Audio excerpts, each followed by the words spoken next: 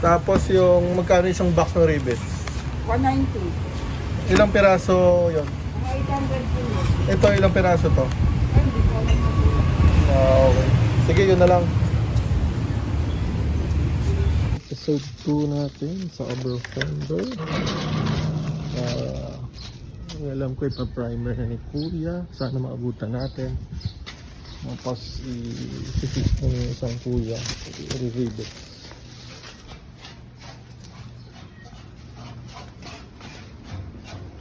Ayan pala. Prepare. Tapos Ano yung ribbit? para ano na. Tapos. Oo. Para painting na yun. Ipa-primer. Tapos sasarado na yan. Anong ano? Tapos kakabit na permanente yung ano, yung ribbit. Ayan.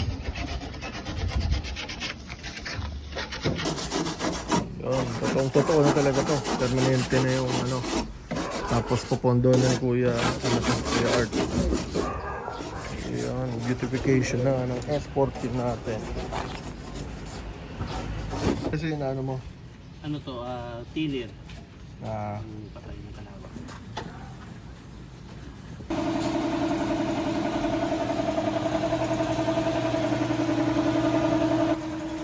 So ito na, buti na abutan natin si Kuya Art. Bubuga yun. So pag natupi yan, ano na yun, nahirapan na.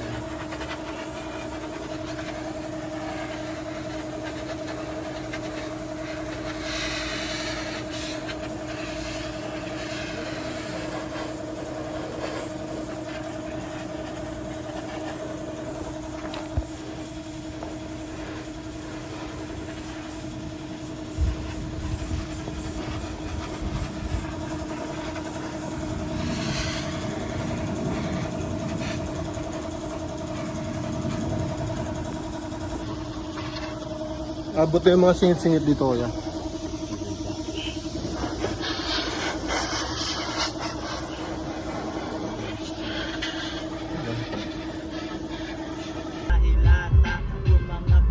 Merienda muna tayo, guys. Ito yung try mo shawarma. Ito yung every punta ko dito na kailangan kainin bago umuwi. Yun, commercial muna. So ayun, nakatapos ko lang eat ng lunch ko, shawarma rice. So ito, iubusin ko ang interang shawarma. And then babalik na tayo sa shop para baren at saka ribit. Ayun.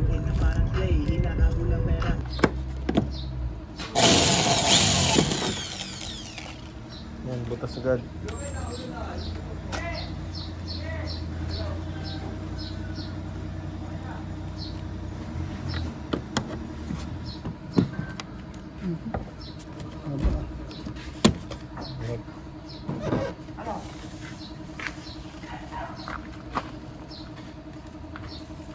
Setting muna.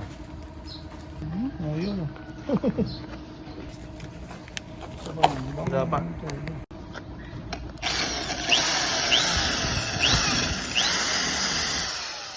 Lakihan mo konti. Sak na.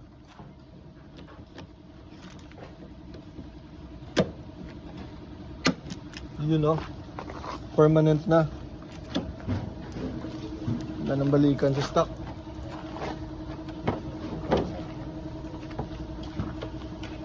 Ito maganda pagkakaano mo, no? Ha? Walid basta to? Oh. So, ito na guys, tinesting namin yung rivets. Pero dadamihan pa to. Para hindi ayan, pogi talaga ng OverFender. Dito pa.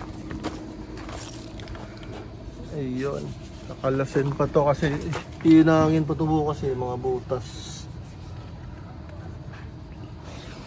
Tinesting lang para ano, matabas na yung mga sobra. Tapos pag okay na, hinang dito. Tapos ayun, pag next na ribets, tuloy-tuloy na.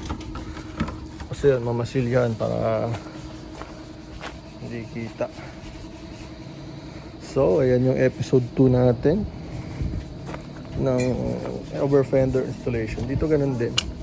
Ayun, tatabasin to, tapos sasarado para hindi pasukan ng tubig. Ayan.